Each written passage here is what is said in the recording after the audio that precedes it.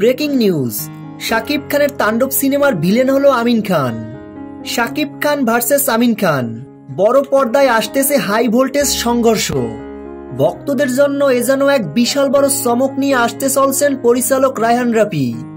সম্প্রতি রাজশাহীর হাইটেক পার্কে যখন তাণ্ডবের অ্যাকশন দৃশ্যের শুটিং চলছিল, তখনই সামাজিক যোগাযোগ মাধ্যমে ফাঁস হয়েছে তাণ্ডব সিনেমার একটি অ্যাকশন দৃশ্যের ভিডিও, এবং সেই ভিডিওতেই ধরা পড়েন আমিন খান।